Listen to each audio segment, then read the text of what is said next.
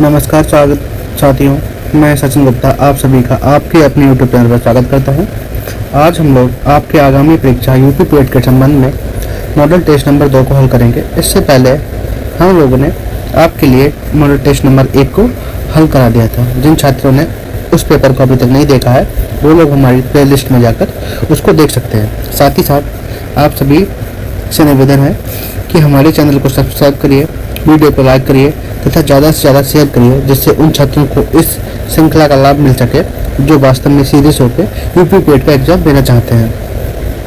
और लगातार इसी तरह के मॉडल टेस्ट पेपर से कंटिन्यू करने के लिए हमारे चैनल को सब्सक्राइब करें, जिससे आपको लगातार टेस्ट पेपर की संबंध में जानकारी मिलती है। चलिए हम शुरुआत करते हैं। आज हम लोग अपने टेस्ट नंबर 2 का पहला सवाल देखेंगे और सवाल नंबर 1 कहता है कि दुनिया भर में पहला विश्व ध्यान दिवस कब मनाया जाता है। विश्व ध्यान दिवस कब मनाया जाता है, ये हमारा सवाल है। और आपके ऑप्शन हैं बच्चों 18 दिसंबर, 20 दिसंबर, 21 दिसंबर और 23 दिसंबर।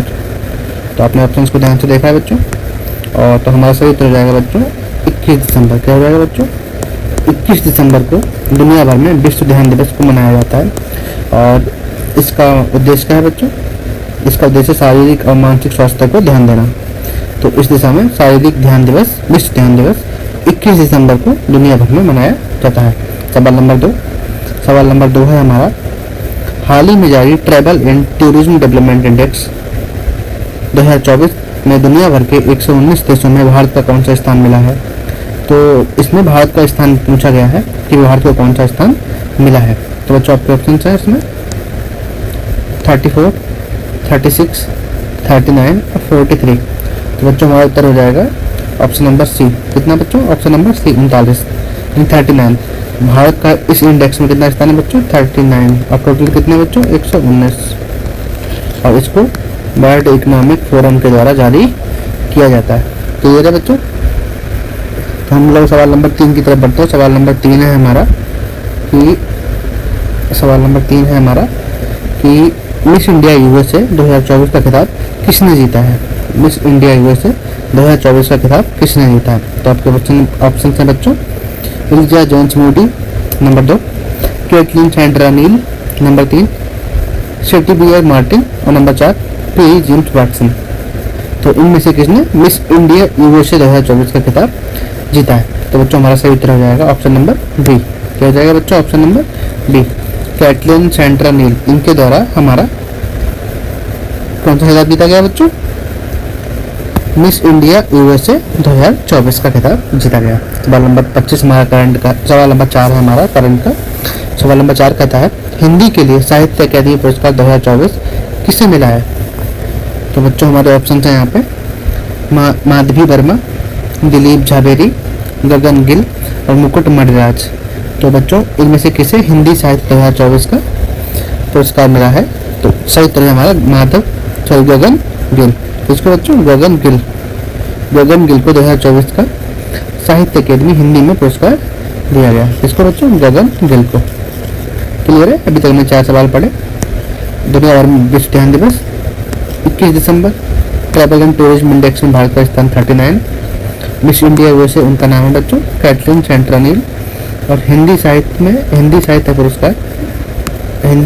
का पुरस्कार गगन गिल को दिया गया। ठीक है बच्चों, चलिए सवाल नंबर 5 देखते हैं हम लोग। और सवाल नंबर 5 हमारा है कि अप्रैल 2024 में किस देश ने IMF यानी इंटरनेशनल मॉनेटरी फंड के साथ स्टाफ लेवल समझौता किया है, जिसमें 360 मिलियन डॉलर से अधिक की अगली किस्त का रास्ता साफ हुआ है। तो हमारे आपके ऑप्शन हैं बच्चों option number A Sao Tome और Principe, option number B Zambia, option number C Ghana और ऑप्शन नंबर डी चाड। तो हमारा बच्चों सही उत्तर हो जाएगा ऑप्शन नंबर सी। क्या हो जाएगा बच्चों? ऑप्शन नंबर सी, यानी घाना ने IMF के साथ 360 मिलियन डॉलर की किस्त के लिए स्टॉप लेवल समझौता किसने किया बच्चों? घाना ने। क्लियर हो गया? जिससे उसे 360 मिलियन डॉलर राशि की प्राप्ति IMF के द्वारा हो जाएगी। IMF मतलब इंटरनेशनल मॉनेटरी फंड।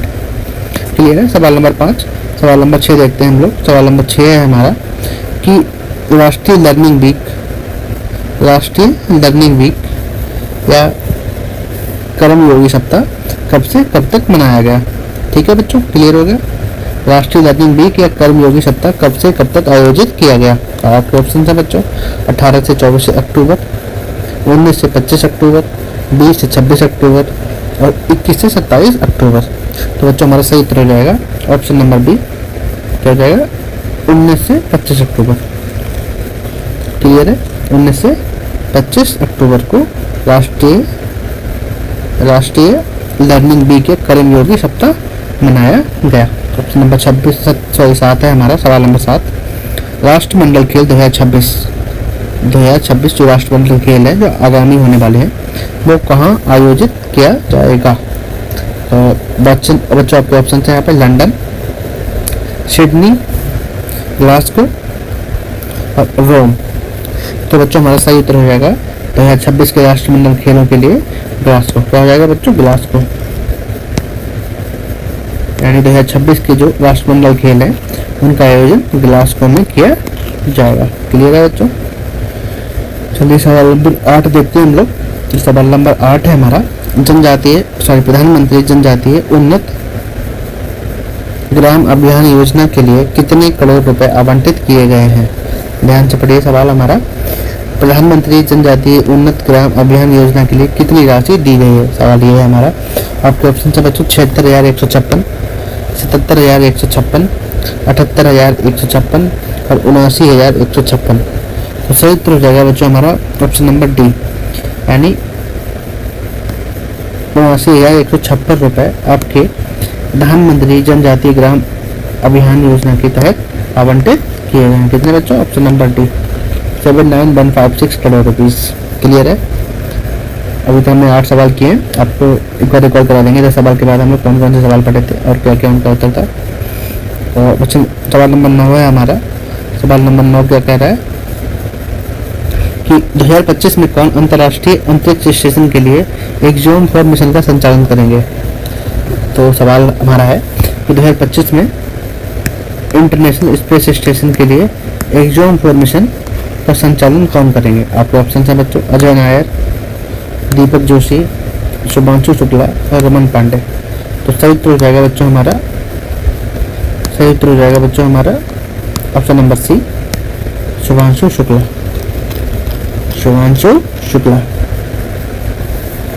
चलिए यूपी से संबंधित है शुभांशु शुक्ला, वही अंतर्राष्ट्रीय स्पेस स्टेशन के लिए एक ज़ूम 4 मिशन का संचालन करेंगे। ठीक है बच्चों, और ये सेकंड भारतीय हैं जो अंतरिक्ष में जाने वाले हैं, सेकंड भारतीय। इससे पहले गए थे बच्चों राकेश शर्मा। क्लियर है?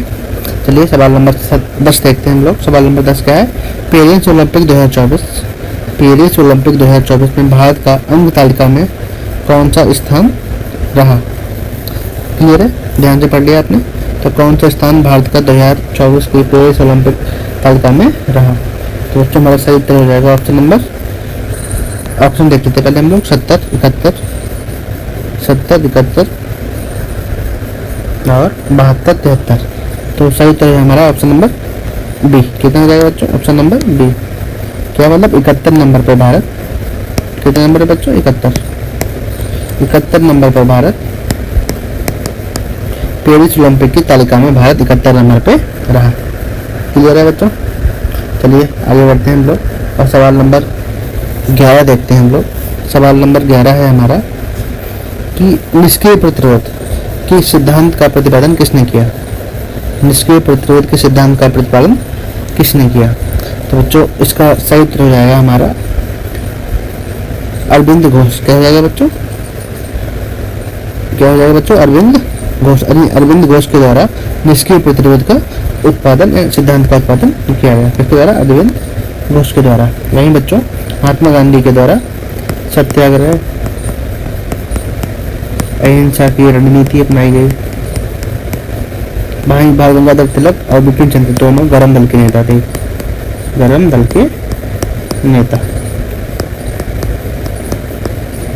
कौन कौन बच्चों? बाल गंगाधर तिलक, बिपिन चंद्र पाल। क्लियर है? और निष्क्रिय प्रतिरोध का सिद्धांत अरविंद घोष के द्वारा दिया गया। वहीं सत्याग्रह अहिंसा का सिद्धांत राष्ट्रपिता महात्मा गांधी के द्वारा दिया गया है। तो सवाल नंबर हम लोग 12 देखते हैं। सवाल नंबर 12 हमारा है कि किस अधिनियम के तहत गवर्नर जनरल को वायसराय की पदवी मिली। मतलब गवर्नर जनरल को वायसराय किस अधिनियम के बाद कहा जाने लगा। आपके ऑप्शन है बच्चों, चार्टर एक्ट 1853, भारत सरकार अधिनियम 1858, भारत परिषद अधिनियम 1861 और चार्टर एक्ट 1833। तो सही उत्तर हो जाएगा हमारा बच्चों ऑप्शन नंबर क्या हो जाएगा, बी। क्या हो जाएगा बच्चों, ऑप्शन नंबर बी। क्या हो जाएगा, ऑप्शन नंबर बी। क्या कहता है ऑप्शन नंबर बी, भारत शासन अधिनियम 1858। हम लोग थोड़ी डिटेल बताते हैं। 1857 में हम लोग क्रांति देखते हैं, इसे हम लोग 1857 का विद्रोह कहते हैं। उसके पश्चात 1858 का अधिनियम लाया गया, इसके द्वारा गवर्नर जनरल को वायसराय की पदवी मिली। और जो पहला वायसराय बना, कौन बना बच्चों, पहला वायसराय कौन बना हुआ बच्चों, कैनिंग।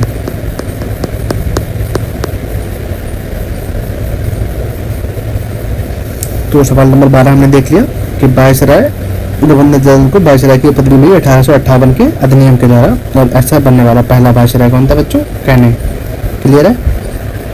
सवाल नंबर हम लोग 13 देखते हैं। सवाल नंबर 13 क्या है बच्चों, सवाल नंबर 13 है हमारा कि भारत की विभाजन का बाल्कन प्लान उपस्थित 1947 के आसपास, जब भारत आजाद होने की घटना थी, उसी समय एक बाल्कन प्लान को लाया गया, जिसके तहत छोटे छोटे राज्यों में भारत को विभाजन की योजना बनाई गई। और ऐसा प्लान बनाने वाला कौन था बच्चों, लॉर्ड माउंटेन। लॉर्ड माउंटेन, ये लॉर्ड माउंटेन के मस्तिष्क की उपज थी। क्या थी बच्चों, बाल्कन प्लान, यानी भारत को छोटे छोटे टुकड़ों में बांट देना। यही बाल्कन प्लान के नाम से जाना जाता है, जो लॉर्ड माउंटेन के द्वारा बनाई गई थी। चलिए सवाल नंबर 14 देखते हैं हम लोग। सवाल नंबर 14 है हमारा, भारत छोड़ो आंदोलन निम्नलिखित में से किसकी विफलता के बाद आरंभ किया गया था। तो कह रहा है कि भारत छोड़ो आंदोलन कौन से कार्यक्रम आया था उससे पहले, जो विफल हो गया था, उसके पश्चात महात्मा गांधी के द्वारा भारत छोड़ो आंदोलन की शुरुआत की गई। आपके ऑप्शन है बच्चों, कैबिनेट मिशन, बाइबल योजना, क्रिप्स मिशन और साइमन कमीशन। तो बच्चों सही उत्तर हो जाएगा हमारा ऑप्शन नंबर सी। क्या हो जाएगा बच्चों, ऑप्शन नंबर सी, यानी क्रिप्स मिशन 1942 की विफलता के पश्चात भारत में भारत छोड़ो आंदोलन महात्मा गांधी के द्वारा शुरू किया गया था। क्लियर हो गया बच्चों। वही कैबिनेट मिशन 1946 में आया। कब आया बच्चों, 1946 में आया। बाइबल योजना 1945 के आसपास की बच्चों। साइमन कमीशन 1927 में बनाया गया। कब बनाया गया बच्चों, 1927 में। क्लियर हो गया। चलिए सवाल नंबर 15 देखते हैं हम लोग। सवाल नंबर 15 क्या है बच्चों, इल्बर्ट विधेयक किस वायसराय के काल में पेश किया गया था। तो सवाल पढ़ लिया आपने। सवाल के ऑप्शंस देखते हैं हम लोग, Lord Canning, Lord Ripon, Lord Lytton और लॉर्ड कर्जन। तो बच्चों हमारा सही उत्तर हो जाएगा 1883। कब हुआ बच्चों, 1883। 1883 में लॉर्ड रिपन, क्या नाम बच्चों, लॉर्ड रिपन। लॉर्ड रिपन के कार्यकाल में इल्बर्ट बिल हमें दिखाई पड़ता है। क्लियर हो गया। सवाल नंबर 15। सवाल नंबर हम लोग 16 देखेंगे। तो इल्बर्ट बिल मतलब क्या था बच्चों, इल्बर्ट बिल था बच्चों भारतीय न्यायाधीशों को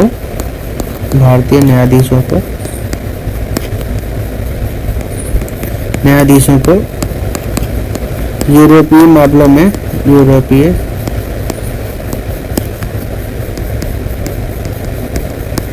मामलों में सुनवाई का अधिकार।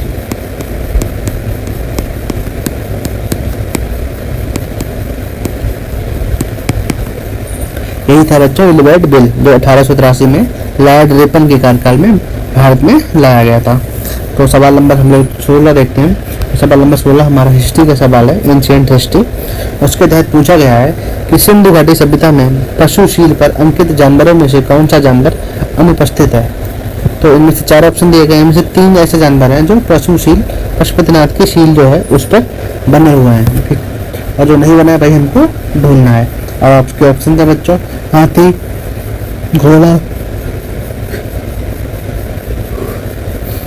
घोड़ा, बाघ और गेंडा। तो बच्चों हमारा सही उत्तर हो जाएगा ऑप्शन नंबर सी, क्या नाम बच्चों, घोड़ा। यानी घोड़ा हमें पशुपतिनाथ की सील पर दिखाई नहीं पड़ता है। भाई पशुपतिनाथ की सील पे हमें हाथी, बाघ, गैंडा, भैंसा, ये 3 हो गए, हाथी, बाघ, गैंडा, भैंसा, ये सारे दिखाई पड़ते हैं। इसके अलावा सिंधु घाटी सभ्यता में हमें किसी भी चित्र पर घोड़े के चित्र, किसी भी वन वस्तु पर घोड़े का चित्र अंकित दिखाई नहीं पड़ता है।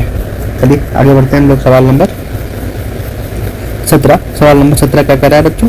सवाल नंबर 17 कह रहा है कि त्रिपिटक, त्रिपिटक क्या है बच्चों? ये बौद्ध ग्रंथ है। क्या है बच्चों? बौद्ध ग्रंथ है।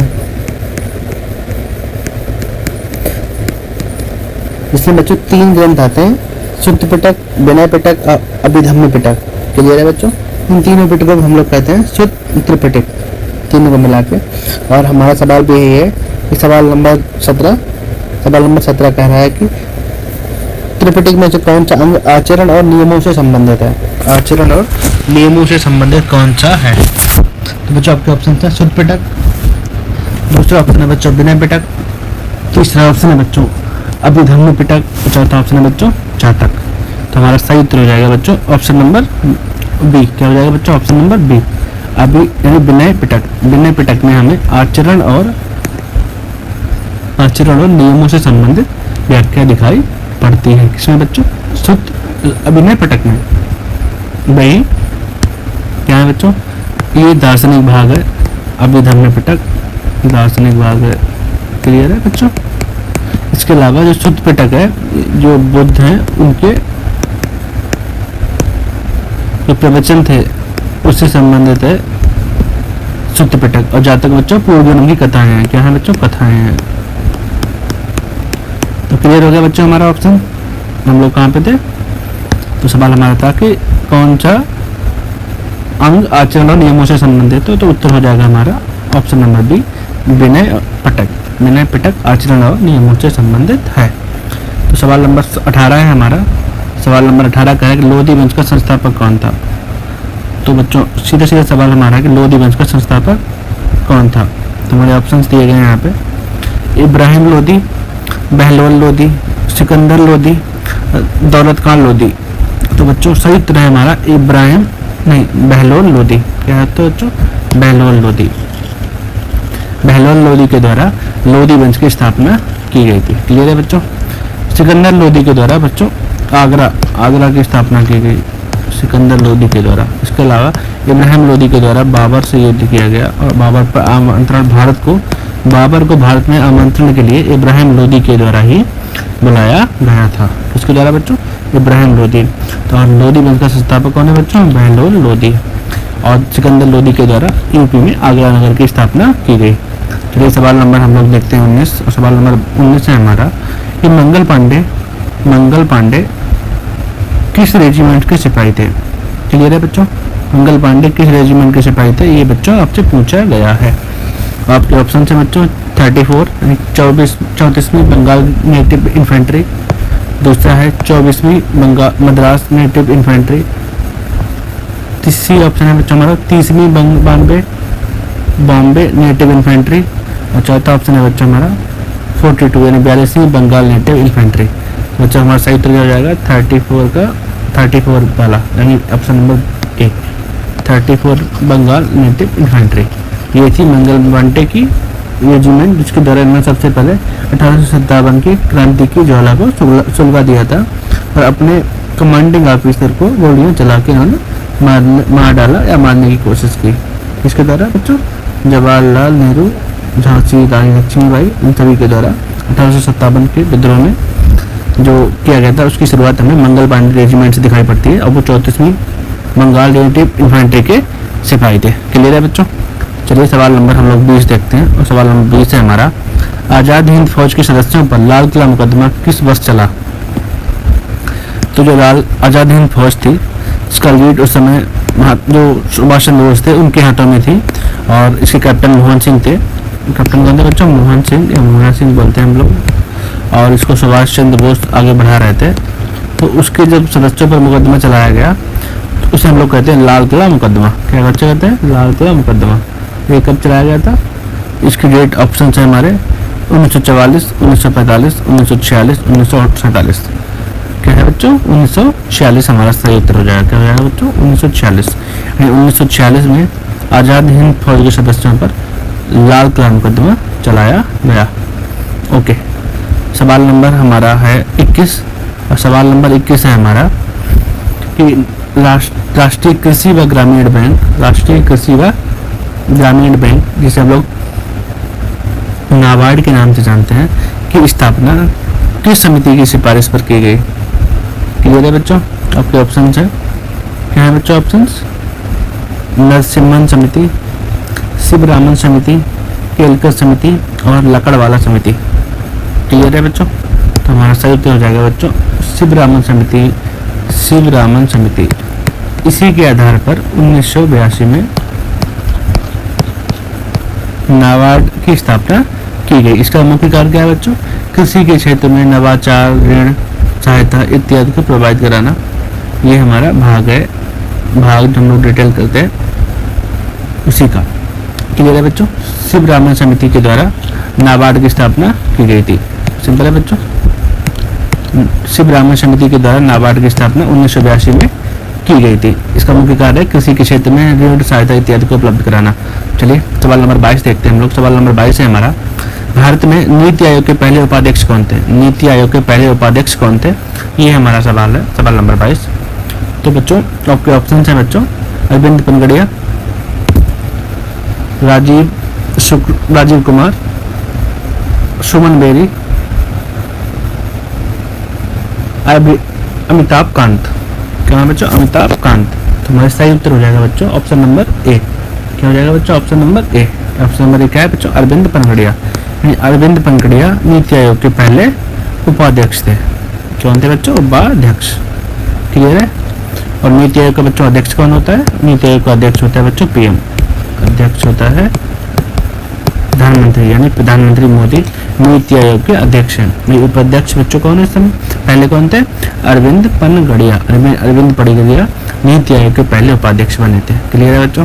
सवाल नंबर 23 देखते हैं हम लोग। भारतीय मुद्रास्फीति यानी इन्फ्लेशन का नियंत्रण करने के लिए कौन सी संस्था जिम्मेदार है? ठीक है बच्चों, तो कौन सी संस्था ऐसी है जो भारत में इन्फ्लेशन यानी मुद्रास्फीति को कंट्रोल करता है? और आपके ऑप्शन है बच्चों वित्त मंत्रालय यानी फाइनेंस मिनिस्ट्री, नीति आयोग, उसके अलावा वाणिज्य मंत्रालय यानी कॉमर्स मिनिस्ट्री, और चौथा बच्चों है हमारा भारतीय रिजर्व बैंक यानी आरबीआई। क्या है बच्चों? आरबीआई। तो हमारा बैच चल रहा है बच्चों, उसी के माध्यम से आप लोग देख सकते हैं कि कौन सा हम लोग कहाँ पे थे बच्चों? अरविंद पनगड़िया हो गया था हमारा अध्यक्ष, प्रधानमंत्री हो गए थे, और इन्फ्लेशन को कंट्रोल करता है बच्चों आरबीआई के द्वारा भारत में इन्फ्लेशन को कंट्रोल किया जाता है। और इसके टूल क्या है बच्चों? Repo rate, reverse repo rate इत्यादि इसके टूल हैं जिसके माध्यम से आरबीआई भारत में मुद्रास्फीति को कंट्रोल करता है।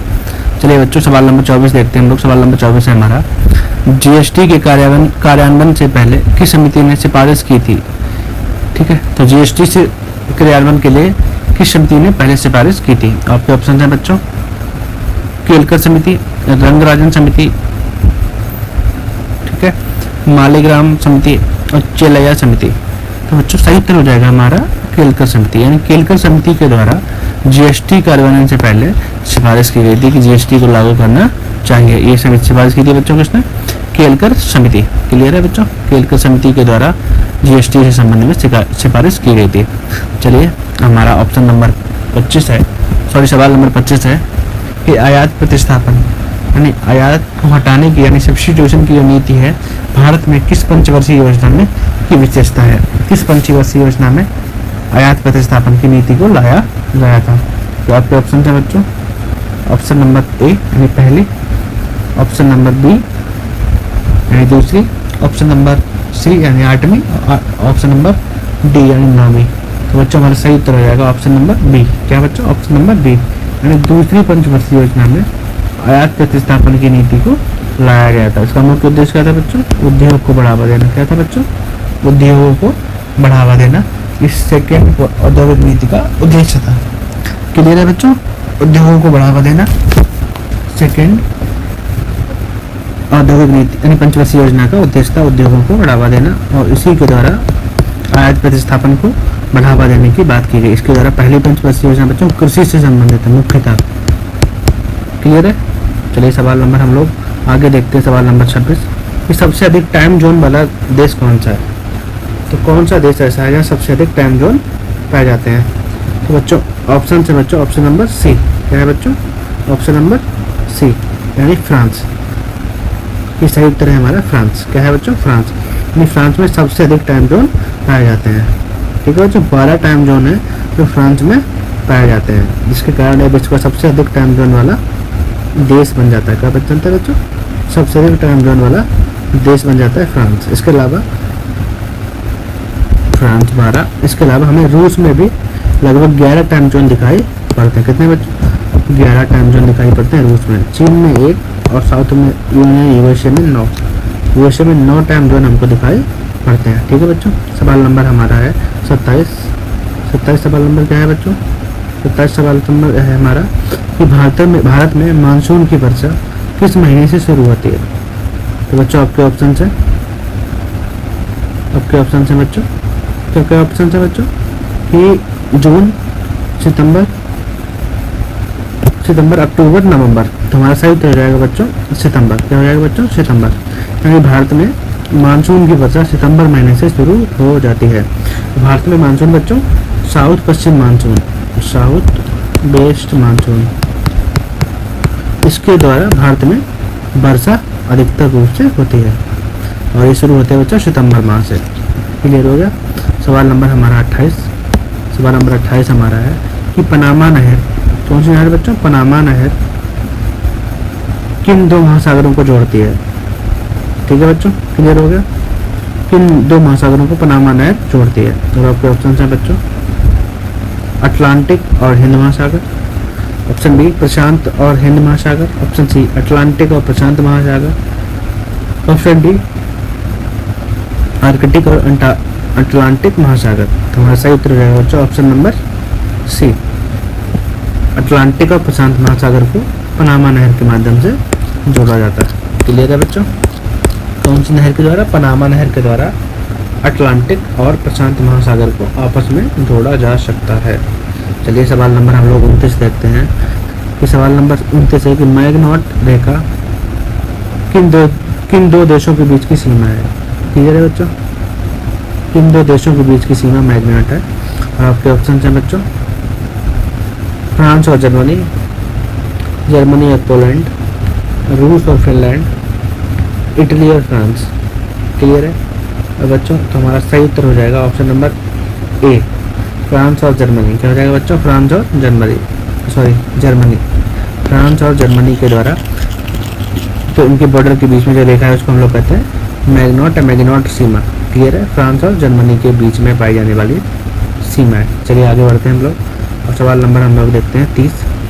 सवाल नंबर 30 हमारा है कि मैग्नीज के उत्पादन में भारत का कौन सा राज्य अग्रणी है। सवाल हमारा है कि सबसे अधिक मैगजीन भारत में कहाँ से उत्पादन किया जाता है। और ऑप्शन है बच्चों उड़ीसा, कर्नाटक, महाराष्ट्र, मध्य प्रदेश। बताइए कौन सा उत्तर सही होगा हमारा।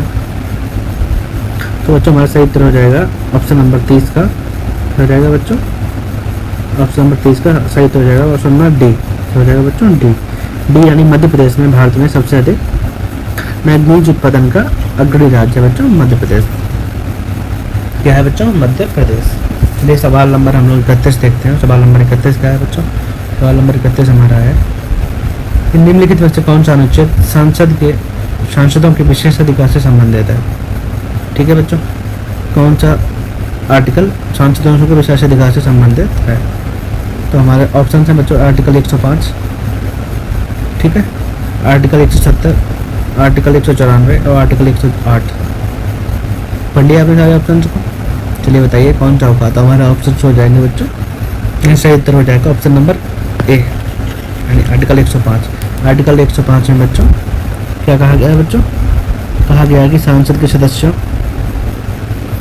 सदस्यों और जो समितियां हैं उन्हें कुछ विशेष अधिकार प्राप्त किए गए हैं।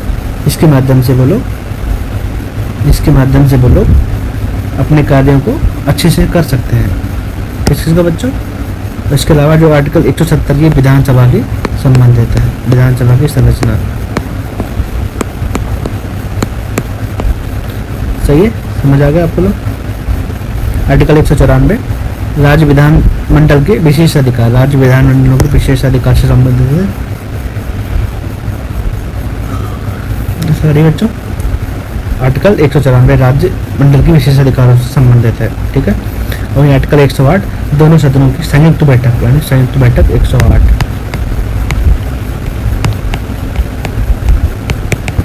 क्लियर है। चलिए सवाल नंबर 32 देखते हैं हम लोग। सवाल नंबर 32 क्या है, संविधान सभा के संवैधानिक सलाहकार कौन थे? तो हमारे उत्तर हो जाएगा बच्चों, ऑप्शंस देख लेते हैं पहले हम लोग। ऑप्शन है बच्चों Rajendra Prasad, BN Rao, doctor BM Rao Ambedkar और TT कृष्णमाचारी। तो बच्चों सही उत्तर है हमारा option number B, BN Rao, यानी BN राव भारत में संविधान सभा के संवैधानिक सलाहकार के रूप में नियुक्त किए गए थे। क्लियर है बच्चों। वहीं डॉक्टर राजेंद्र प्रसाद संविधान सभा के अध्यक्ष थे। क्या थे बच्चों? अध्यक्ष थे डॉक्टर राजेंद्र प्रसाद। क्लियर हो गया। वहीं TT कृष्णमाचारी जो डॉक्टर अम्बेडकर के नेतृत्व में गठित की गई कमेटी, उनके सदस्य थे। क्या थे बच्चों? सदस्य थे। TT कृष्णमाचारी प्रारूप समिति के सदस्यों में से एक शामिल थे। ठीक है, चलिए आगे बढ़ते हैं हम लोग। और डॉक्टर भीमराव अम्बेडकर प्रारूप समिति के अध्यक्ष थे। समझ आ गया आपको? क्लियर हो गया। सवाल नंबर हम लोग 33 देखते हैं। सवाल नंबर 33 है कि भारतीय संविधान का अनुच्छेद 32 किससे संबंधित है? आर्टिकल 32 किससे संबंधित है, ये हमारा सवाल है डायरेक्ट। हमारा ऑप्शन है जीवन का अधिकार, संपत्ति का अधिकार, संवैधानिक उपचार का अधिकार और वित्तीय आपातकाल। तो बच्चों सही उत्तर हो जाएगा हमारा ऑप्शन नंबर सी। हो जाएगा बच्चों ऑप्शन नंबर सी, संवैधानिक उपचारों का अधिकार। संवैधानिक उपचारों का अधिकार। क्लियर है। ये आर्टिकल 32 में दिया गया है, संवैधानिक उपचारों का अधिकार। जीवन का अधिकार बच्चों कहाँ पे? जीवन का अधिकार बच्चों हमें आर्टिकल 21 में दिखाई पड़ता है। कहाँ पे बच्चों? आर्टिकल 21। क्लियर है। आर्टिकल 21 में हमें जीवन का अधिकार दिखाई पड़ता है। संपत्ति का अधिकार बच्चों अब 300A आर्टिकल में शामिल है, जो कि संविधान के 44वें संविधान संशोधन यानी 44 कॉन्स्टिट्यूशनल अमेंडमेंट के द्वारा जोड़ा गया था। क्लियर है। ठीक है, सवाल नंबर हम लोग अगले पे बढ़ते हैं। सवाल नंबर 34 है हमारा, भारतीय संविधान का कौन सा अनुच्छेद लोक सेवा प्रशासन के संबंध में सदस्यों को हटाने और निलंबन से संबंधित है? ठीक है बच्चों, ध्यान से पढ़ लिया आपने। संविधान का कौन सा अनुच्छेद लोकसभा के सदस्यों को हटाने और निलंबन से संबंधित है? तो आपके ऑप्शन है बच्चों आर्टिकल 320, आर्टिकल 324,